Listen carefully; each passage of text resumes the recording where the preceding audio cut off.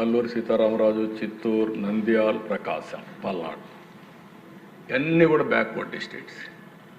Backward డిస్ట్రిక్ట్స్లో horticulture game చేంజర్గా తయారవుతోంది. ఇది భవిష్యత్తులో ఈ జిల్లాలు జీవీఏలో కానీ ఎకనామిక్ యాక్టివిటీలో కానీ ముందుండే అవకాశం వస్తుంది.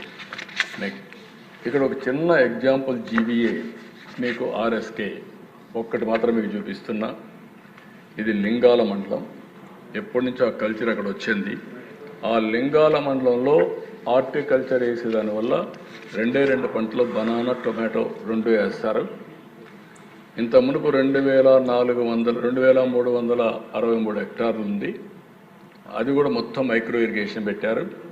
ఈరోజు ఆ ఒక్క వ్యక్తి 580 కోట్ల రూపాయలు జీవీఏ కాంట్రిబ్యూట్ చేస్తున్నాడు.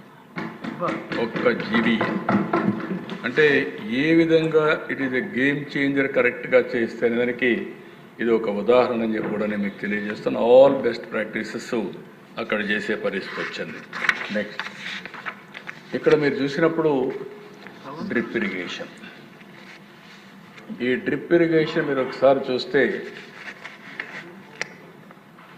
టాప్ 3 మొత్తం కూడా మీరు ఒకసారి చూసినప్పుడు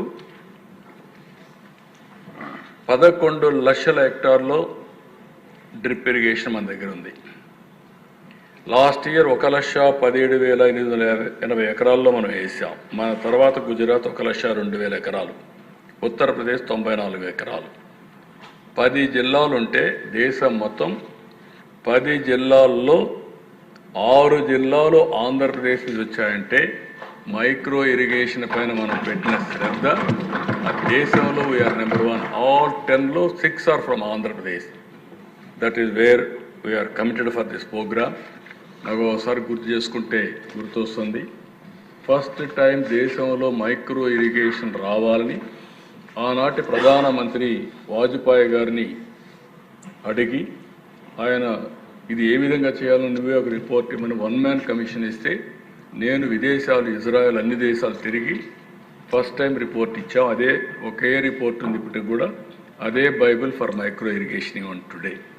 అలాంటి మైక్రో ఇరిగేషన్ కుప్పంలో డీప్ ప్లవింగ్ అవన్నీ పెట్టి ఇజ్రాయెల్ టెక్నాలజీ తీసుకొస్తే 2004లో తెలుగుదేశం ఆ రోజు ఓడిపోతే దాన్ని స్టాప్ చేసి కక్షగట్ట నిలిపేస్తే నరేంద్ర మోడీ గారు గుజరాత్ తీసుకుపోయి అక్కడి నుంచి మైక్రో ఇరిగేషన్ స్టార్ట్ చేశారు. ఆయన బ్రహ్మాండంగా చేశారు. అందుకే ఈరోజు ఆంధ్రప్రదేశ్, గుజరాత్ నెంబర్ 1, 2 స్థానాల్లో ఉన్నాయంటే అది మైక్రో ఇరిగేషన్ పైన ఉండే శ్రద్ధ అని చెప్పి కూడా నేను మీకు తెలియజేస్తున్నా. అందుకే మీరు ఒకసారి చూసినప్పుడు 14, 19 ప్రతిరోజు పండగగా చేసేవాళ్ళు. 6,60,000 హెక్టార్లో మైక్రో ఇరిగేషన్ తీసుకొచ్చాం. 5,90,000 మంది ఫార్మర్స్ బాగుపడ్డారు. అదే 19-24లో 2,95,000 హెక్టార్లకు తగ్గిపోయింది. ఫార్మర్స్ కూడా 2,60,000 ఫార్మర్స్ తగ్గిపోయారు.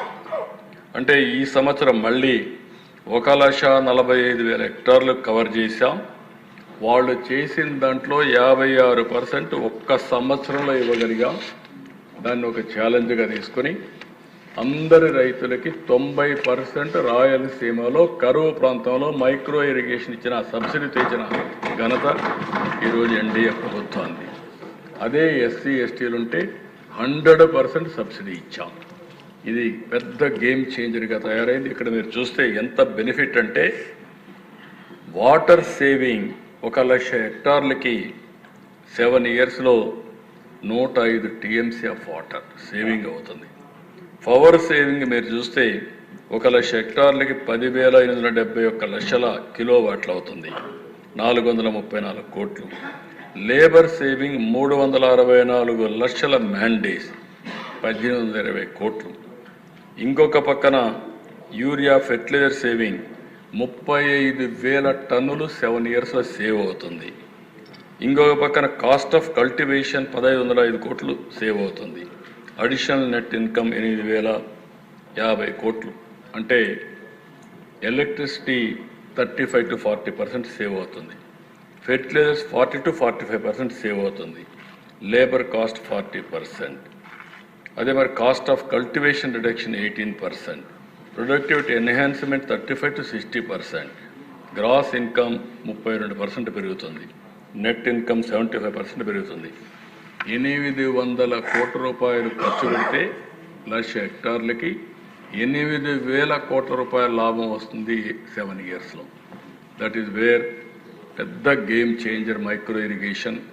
దీన్ని నేను ఎప్పుడు కూడా మైక్రో ఇరిగేషన్ పైన ఎక్కువ శ్రద్ధ పెట్టాం. దాని ఫలితాలు బ్రహ్మాండంగా వస్తున్నాయి. అందుకే రాబోయే రోజుల్లో కూడా దీన్ని లాజికల్గా తీసుకుపోతామని చెప్పి తెలియజేస్తున్నా. ఇక్కడ మీరు చూస్తే మీ ప్రాంతాలు మీకు ఒక ఐడియా వస్తుంది. టోటల్గా క్లస్టర్ అప్రోచ్ తీసుకుంటున్నాం. So far 10 proposals government of India కూడా సబ్మిట్ చేశాం. 8 ప్రపోజల్స్ని మ్యాంగో 2, కోకో 3, బనానా 2, చిల్లీ 1, ఇవన్నిటికీ 563 కోట్ల కోసం గవర్నమెంట్ ఆఫ్ ఇండియాకి పంపించాం. ఇవన్నీ కూడా క్లస్టర్ అప్రోచ్ తీసుకొని ఫార్మర్స్ ప్రొడ్యూసర్స్ ఆర్గనైజేషన్స్ కూడా పెట్టి ఎక్కడికక్కడ ఫోకస్ చేస్తాం. Backward forward integration including logistics, cold chain link, లేకపోతే మార్కెటింగ్ లింక్, ఇవన్నీ పెట్టి దీన్ని లాజికల్గా తీసుకెళ్తాం. నేను ఒకటే ఆలోచిస్తున్నా, ఆంధ్రప్రదేశ్ రైతు బాగుపడాలంటే వాణిజ్య పంటలు, ప్రజలకు అవసరమైన పంటలు పండించడం తప్ప ఇంకొక మార్గం లేదు. అందులో హార్టికల్చర్ మనకు అడ్వాంటేజ్ వచ్చింది. దీన్ని లాజికల్గా తీసుకుపోతామని చెప్పి కూడా నేను మీకు తెలియజేస్తున్నా. రెండోది పామ్ ఆయిల్, ఆయిల్ పామ్.